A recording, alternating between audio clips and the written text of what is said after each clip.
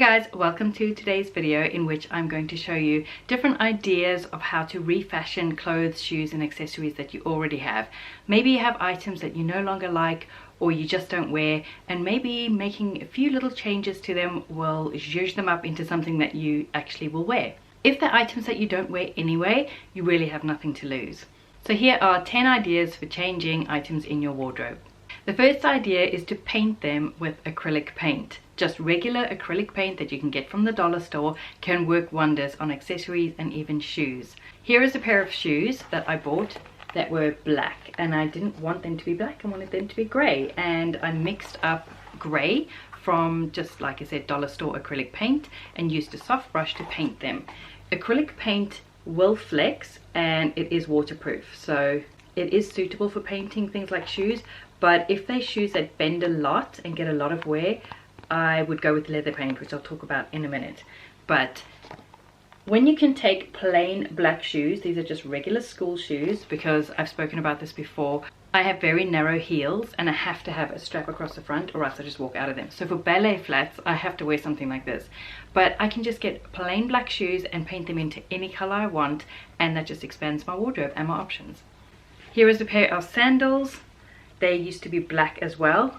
I initially painted them grey and then I decided I wanted them green. So both times I painted them with acrylic paint.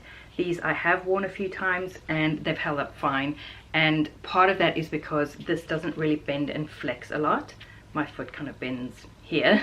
So, but I mean, even if it bends, like you can see, acrylic paint is pretty nifty. Here's a belt that I painted. This used to be, you can see there, cobalt blue. And I just mixed up navy and I painted it navy to go with a particular dress of mine. So that is another idea, you can paint belts. The next idea is to use Angelus leather paint. I haven't tried any other brands. Angelus is amazing though, and it is super inexpensive. I actually couldn't believe how cheap it was. Angelus leather paint is a type of acrylic paint, but I think they've added something to it. It's much runnier than regular leather paint, and people use this to paint custom designs on shoes. So obviously you could do that, you could paint flowers or shapes or whatever you want on your shoes, but I used it to paint 2 pairs of shoes from black to brown and 1 pair of shoes from white to pink. So here is the pair of shoes that used to be white, and I painted them with Angelus leather paint in petal pink. I think they came out so cute. As you can see, I painted over the fabric bow and over the elastic band on the top, but this is a color that I would actually wear, and I hardly ever wore them when they were white. I also painted my favorite pair of black leather boots brown because I've chosen to no longer wear black. So here's how they came out.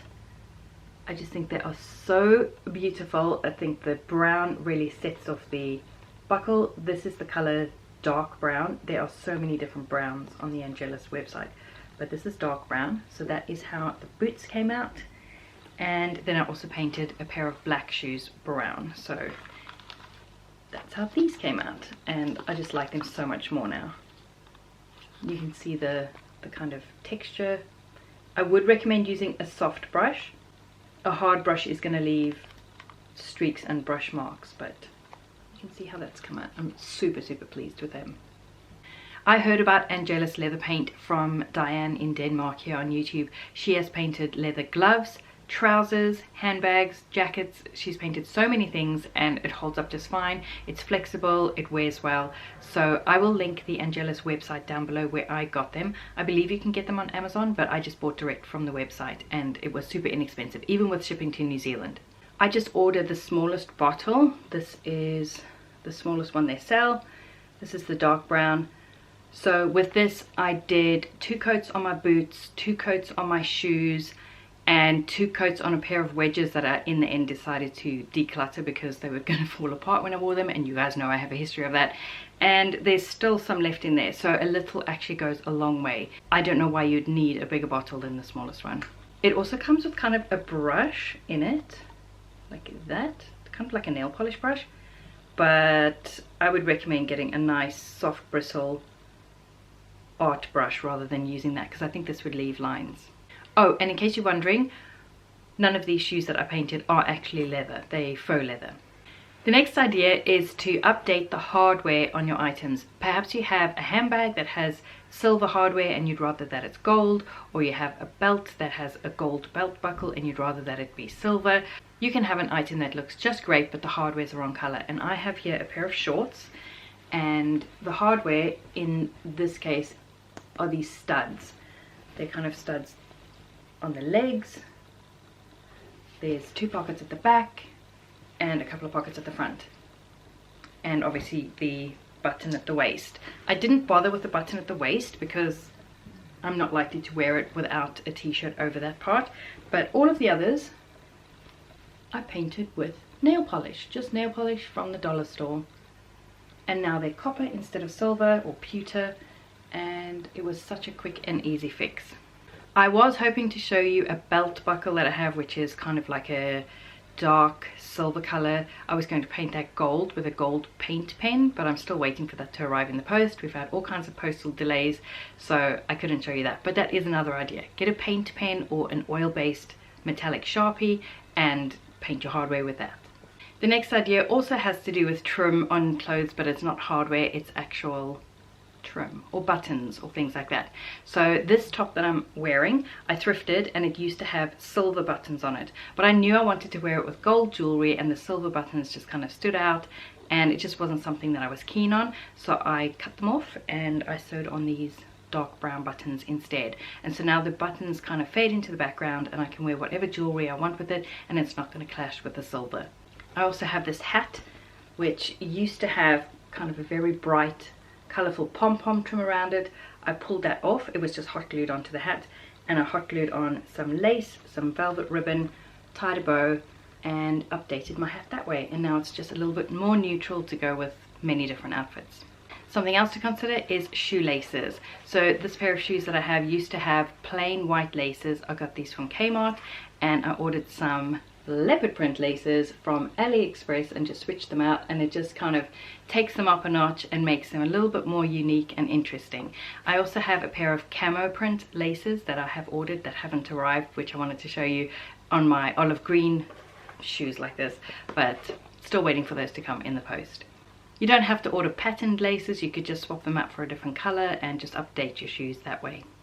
This denim skirt of mine used to have 2 funny looking pockets. They had like weird pockets on the front here that were kind of gathered and they just looked bulky and strange. So I just unpicked them and took them off.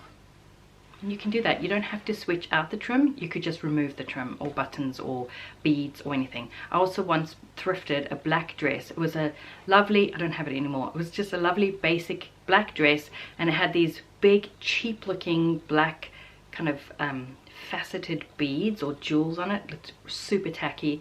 I just unpicked the stitching, took them off, and it looked fine as a plain black dress.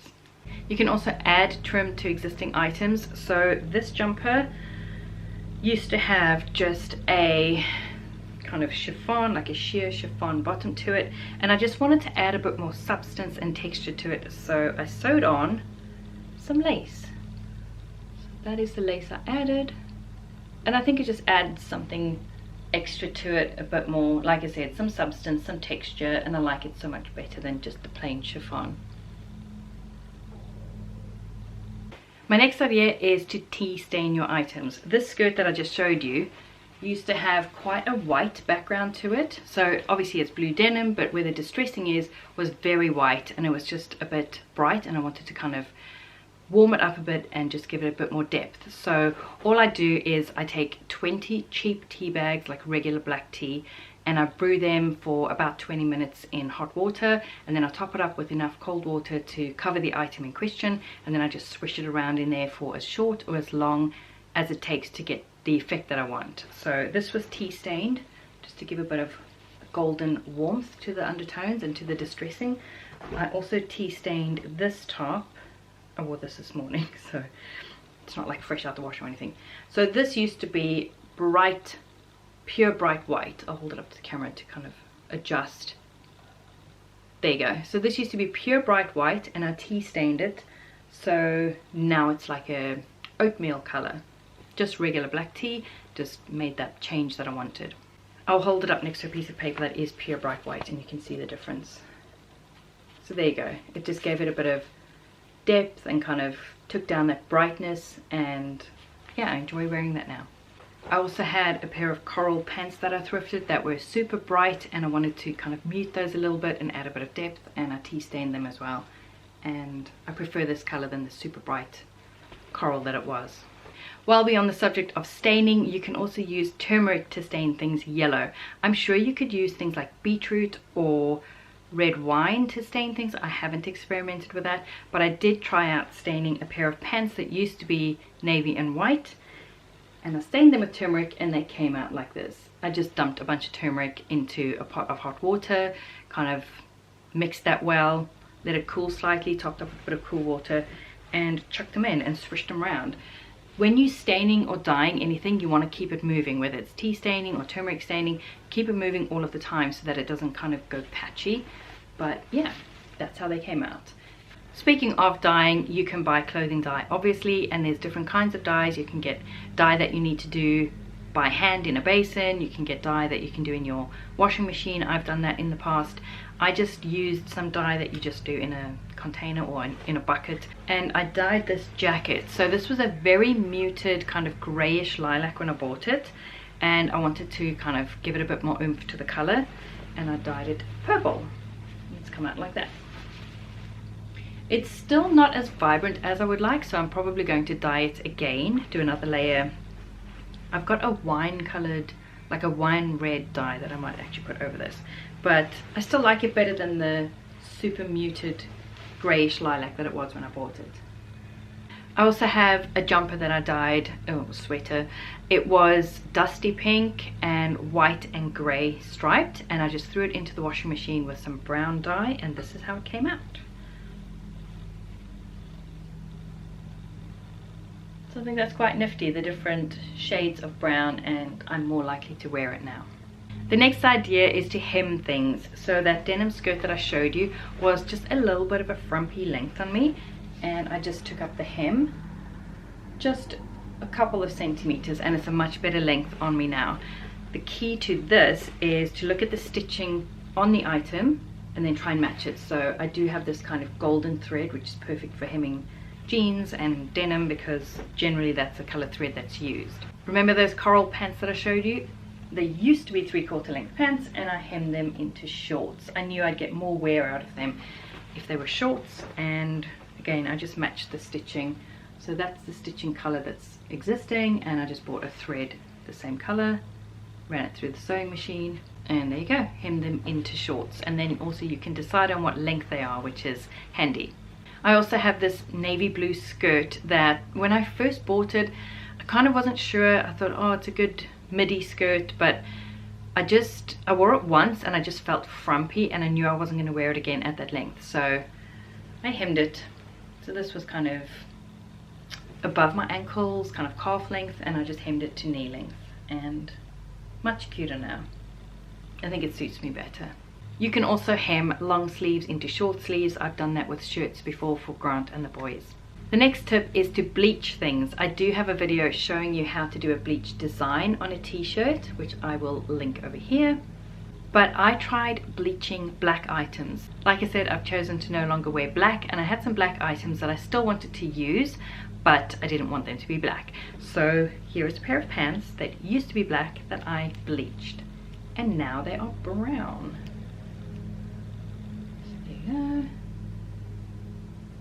So here is an outfit that I styled with these pants. All I did was fill a tub with water enough to cover this item, dumped in a bunch of bleach. I didn't really measure. There's maybe like 1 part bleach to 4 parts water, I don't know.